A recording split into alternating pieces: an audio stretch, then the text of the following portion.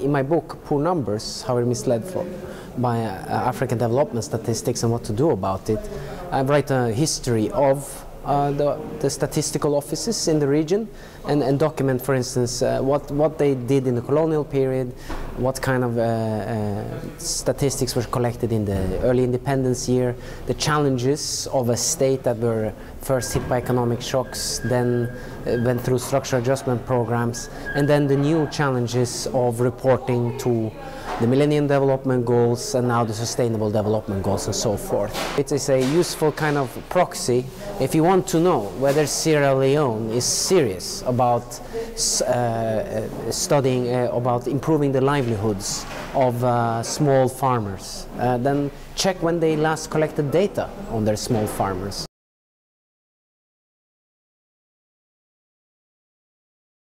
Well, you know, the big question now is, everyone is excited about big data. At the same time, people might be, particularly for low-income countries, perhaps be a bit dismayed by the state of certain statistics coming out of official statistical offices. And then the question is how can official statistical offices learn from big data or use those sources and so forth like that.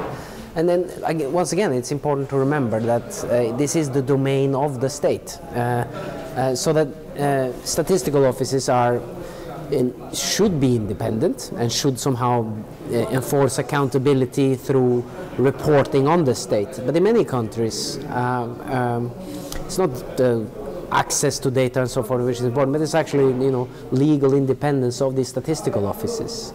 In some places, the national accounts statistics is directly under the Ministry of Finance, so that the Minister of Finance and the President is collecting the statistics to evaluate their own economic reforms. You would like this to be separate. Then what can big data offer? Well, that is, yes, you can get some, Kenya wants to know something about their living standards of their population, yeah, and whether it's changing.